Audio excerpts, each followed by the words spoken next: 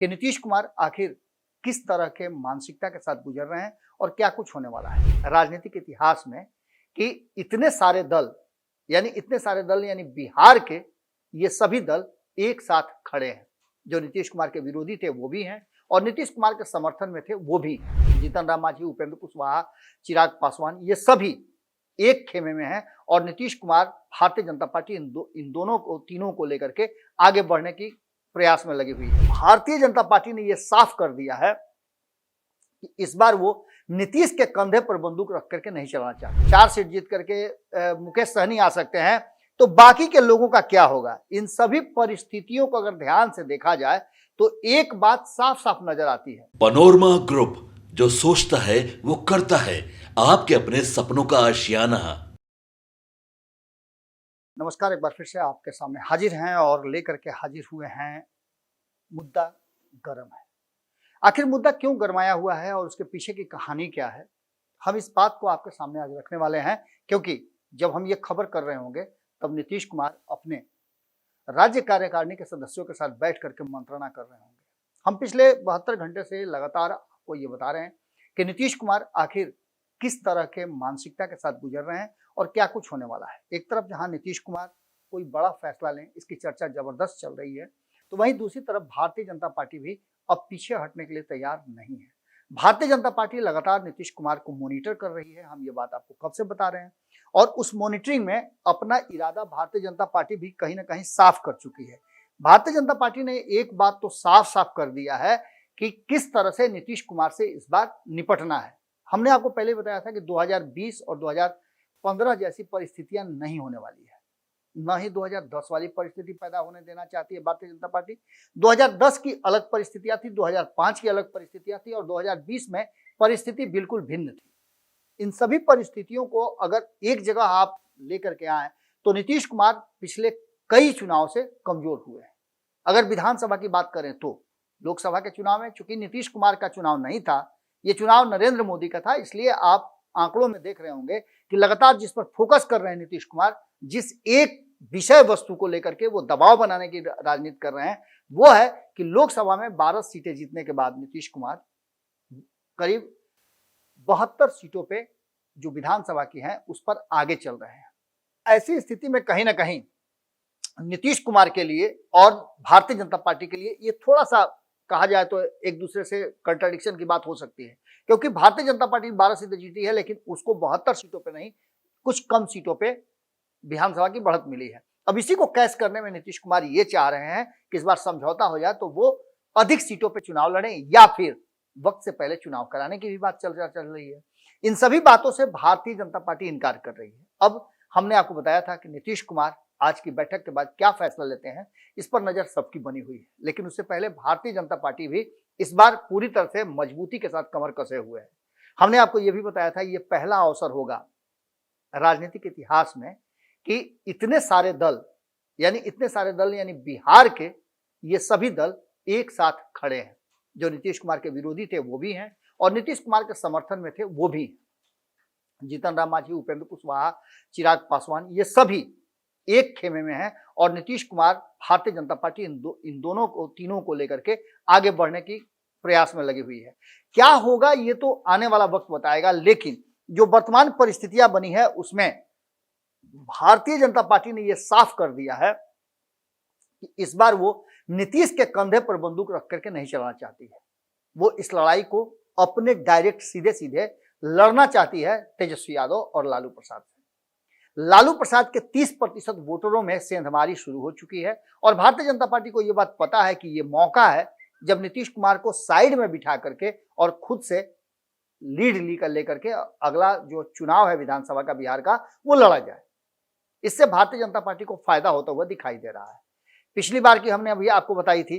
अब इसके पीछे के कारण क्या है हम आपको बता रहे हैं कि आपने देखा होगा कि अचानक से एक बार फिर नीतीश कुमार पर हमले राष्ट्रीय जनता दल की तरफ से बंद हो गए। उनकी नीतियों का भले ही चर्चा हो रही हो, लेकिन नीतीश कुमार पर जो सीधे अटैक हो रहे थे, नीतीश कुमार के तबीयत को लेकर के, उनके कार्यशैली को लेकर के, उनके चुप्पी को लेकर के, उनके साथ जो भाजपा के व्यवहार हैं उनको लेकर के, वो सब बातें धीरे धीरे करके अब ठंडे बस्ते में आ गई हैं।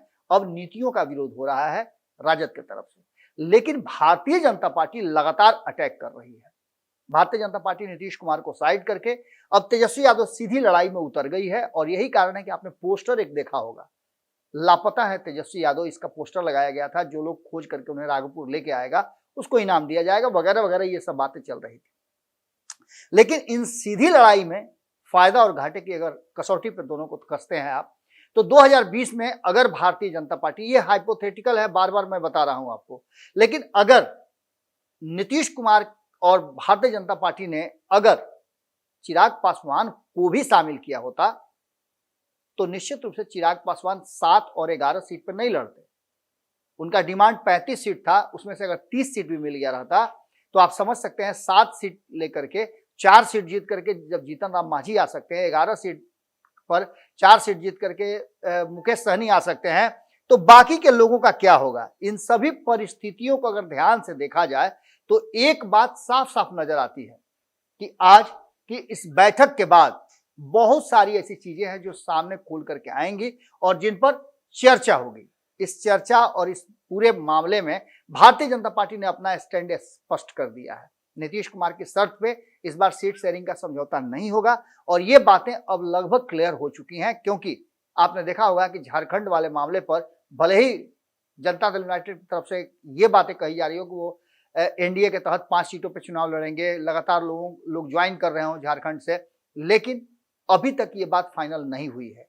नीतीश कुमार की शर्त पर अभी भी कुछ नहीं हुआ है और दूसरी तरफ नीतीश कुमार से ज्यादा अब चंद्रबाबू नायडू पर फोकस कर दिया है भारतीय जनता पार्टी के केंद्रीय नेतृत्व ने।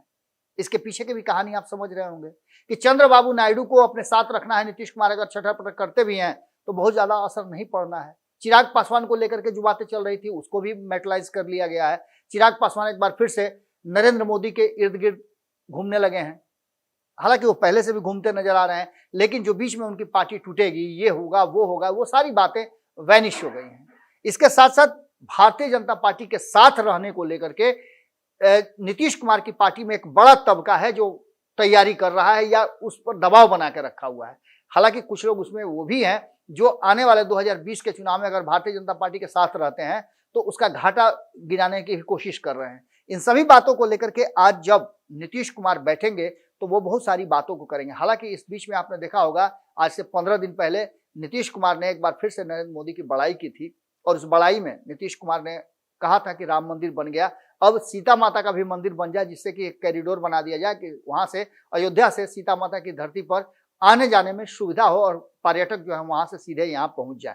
खैर, इन सभी बातों को लेकर के जो परिस्थितियां बनी है उसमें एक तरफ नीतीश कुमार के आज के फैसला है और दूसरी तरफ भारतीय जनता पार्टी का इरादा है जो बिल्कुल साफ क्रिस्टल क्लियर नजर आ रहा है कि वो इस बार किसी को छोड़ना नहीं चाहती है और अगर छोड़ने की जरूरत पड़ी तो वो इन तीनों के अलावा नीतीश कुमार को ही छोड़ेगी। क्योंकि नीतीश कुमार इस बार जब वापसी अगर करते हैं कहीं इंडिया गठबंधन में तो नीतीश कुमार अपने 15% वोटों के साथ नहीं जाएंगे, क्योंकि बीच में प्रशांत किशोर की एंट्री कहीं ना कहीं दोनों ही भाई को डैमेज कर रही है, चाहे वो लालू प्रसाद हो या फिर नीतीश कुमार हो। ऐसी स्थिति में नीतीश कुमार राजनीतिक रूप से काफी परिपक्व हैं, चाणक्य उन्हें कहा जाता है। वो क्या फैसला लेते हैं? फैसला तो एक ही बात पर है कि नीतीश कुमार यदि एनडीए में रहते हैं तो उन्हें अपनी शर्त पे नहीं बल्कि इस बार उनको एनडीए घटक दल के शर्त पे समझौता करना होगा और उसी के अनुसार चलना होगा। भले मुख्यमंत्री की कुर्सी उनको सबने दे दिया हो, सबने स्वीकार कर लिया हो, लेकिन सीट उनके हिसाब से नहीं बटेंगे, ये बात भी क्लियर है। अब देखना होगा कि आज नीतीश कुमार इस मीटिंग के खत्म होते होते तक क्या फैसला लेते हैं। जुड़े रहिए भारत लाइव के साथ, हमारी नजर पूरी तरह से बनी हुई है इस पूरी घटना पर। बहुत बहुत धन्यवाद, नमस्कार। पनोरमा ग्रुप, जो सोचता है वो करता है। अगर ये वीडियो पसंद आई और वह बिहार के राजनीति और बिहारियत से सरोकार रखेनी तो सब्सक्राइब बटन दबा के चैनल के सब्सक्राइब कर ली। ओजे एगो घंटी बा, ओकरा बटन दबा देला से कुल सटीक और मारक खबर रुआ मुफ्त में मिल जाई। अगर रुआ पत्रकारिता के हमनी के नया प्रयोग में सहयोग कर चाहतानी तो ज्वाइन बटन दबा दी। पेटीएम नंबर नोट कर ली 9386816700। धन्यवाद।